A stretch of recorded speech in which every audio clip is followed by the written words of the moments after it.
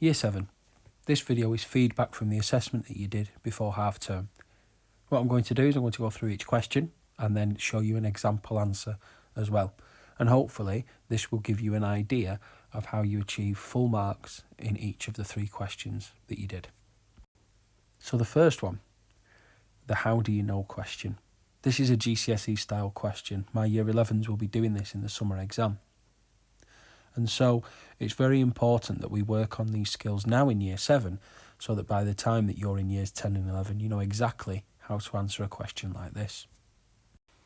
So it shows a scene from the Bio Tapestry, and it's probably the most famous scene of the tapestry because it shows the death of Harold Godwinson. And we talked about how, in the lesson, how we can see that in Latin it says, "Here King Harold dies." And we don't know whether Harold is the person who has an arrow in the eye on the left of the screen, or because the word Harold is there above him, or the person here being cut down by one of the Norman cavalry.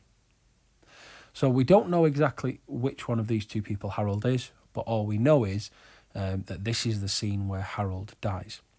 And the question is, source A supports the Norman view of the battle. How do you know? And remember that in a how do you know question, we do P, C, C. Provenance, content, context. So the provenance is how do we look at where the source came from to figure out the point of view. And above the source you can see it says that it was produced by Bishop Odo, William's half-brother, made in England in the 1070s. So it was made by somebody very close to William, and in fact Bishop Odo was at the battle himself. And it said made in England in the 1070s, and that's after the Norman conquest. That's after the Normans have taken control of England, and it was made on his orders. And of course the content is what I've just talked about before, the fact that this shows Harold dying at the Battle of Hastings. We're still not sure which one of those Saxon soldiers is supposed to represent Harold, but we do know that in this scene Harold is dead. And in the context, you need to finish this question by telling me what you know from the time to support the view of the source. So if you go over now to slide number 2, you will see, excuse me, if you go over to the second slide now, it's going to tell you a little bit about what a good answer looks like and how you can get 4 marks out of 4 for this question. Okay, so well done to Zaina, who was one of the students in the class who got 4 marks on this question. And you can see here that one thing that Zaina's done is written provenance, content and context in her answer. Now at the moment that's okay, that's fine. By the time we get into year 8, year 9, year 10 and year 11, I don't really want to see these subheadings being used. You should be able to write it all in one paragraph. But I think it was a good idea to have a go at it in this way because Zaina knew exactly what she needed to mention. So, the person who made the tapestry was Bishop Odo, William's half-brother, and it was made to show the Normans' perspective. And then we can see in the content, it says it says that it shows what people think happened when Harold Godwinson died, and actually it shows Zaina's got knowledge that it could be either of those people.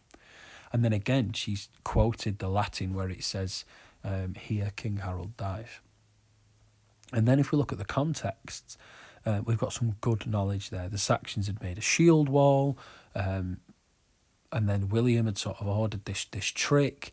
William's cavalry is what made people think that Harold got trampled on. There's lots of good knowledge in the context to back it up as well. The one thing I would say, if I'm being really harsh, is that last sentence isn't needed because you're not really answering the question at this point. You probably could get away without mentioning the final 2 sentences. So what you need to do in this question is make sure that you are covering all 3 of those things: provenance, content and context. So who made it or where was it made? Content is what can you see? And then context is what do you know from this time? What do you know to support this answer? So well done to Zaina and everybody else who got full marks on this question. Okay, question 2. This is another GCSE style question. How does B differ from A about the reasons why William won the Battle of Hastings? And the most important word is how. When we look at how, you need to look at the content of the sources. There's another type of GCSE question that's why do they differ and where you need to look at provenance. But for this one, you just need to focus on the content. And actually, you get an idea of what each interpretation thinks from the very first sentence. Interpretation A, William had good tactics. Interpretation B, Harold's bad luck was decisive. Now, there's lots of knowledge in each one. In A, about why William had good tactics, and in B, how Harold was unlucky. But if we're going to summarise these two interpretations into one sentence, or in the case of B, one phrase, that's it. A thinks that it was good tactics, B thinks that it was bad luck. And that's the key difference. And you need to identify those and support it with quotes from the source. So let's have a look on the next slide at what a good one looks like. Okay, so well done to Amira, who wrote this answer, and again to everybody else who got 4 marks out of 4 for question number 2. So it says there, interpretation A says that Harold had a weaker army and Harold had poor tactics, whereas interpretation B, it said Harold had everything happening at the wrong time. But as well as just telling me what each one believes, that in one case it was tactics, in the other case it was luck, what you can also see in this source, the most important part of the answer is the source. The quotes from the source. So you can see that for A, Amira's chosen the Saxons were not very well defended. And then for B, she's chosen this bad luck was the main reason Harold's army was so tired and injured. So as well as correctly identifying the opinion of each interpretation, there's a quote from each one as well, which summarises what she's trying to say. And that is why this answer got 4 marks out of 4. Well done, Amira. And this answer, a describe question. Now at GCSE, this type of question will be describe to ... But this question in Year 7 is describe what happened at the Battle of Stamford Bridge. So what I'm looking for in an answer, because it's only 4 marks, which is 1 paragraph, I'm looking for 1 paragraph of work that shows accurate knowledge of the beginning, the middle and the end of the battle. This is the only question on the assessment where there's no source or interpretation to help you, and you have to rely only on your own knowledge. Let's have a look at the waggle on the next slide. So, well done to Georgina, who wrote this answer. So we can see. Let's try and find the beginning, the middle and the end of the battle.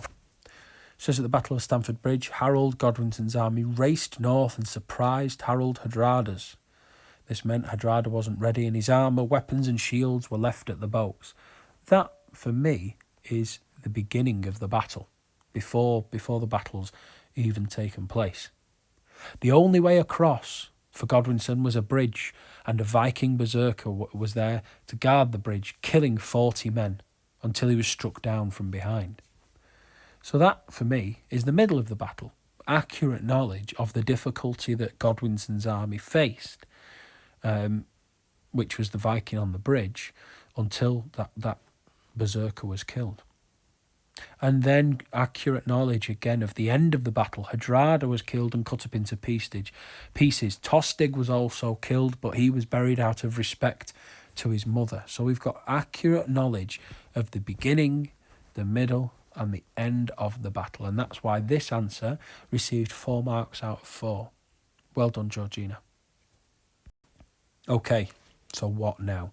Now you've looked at the advice and each of the waggles, I want you to go back to your answer that you've completed and give yourself your own feedback. What did you do well and what do you need to do in future to improve those answers?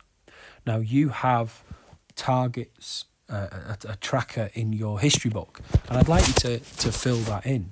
You can write your overall percentage. I will share with you the boundaries for securing, developing and mastering your history skills at this point. And you can fill in your record in your history book with a what went well and an even better if. What have you done well? What do you need to do next time? But I think it's also important to write it on Shobi in the assessment assignment so that it is there next to the work that you have done. So what I'd like you to do now is identify what you've done well and what you need to do next time to continue to improve.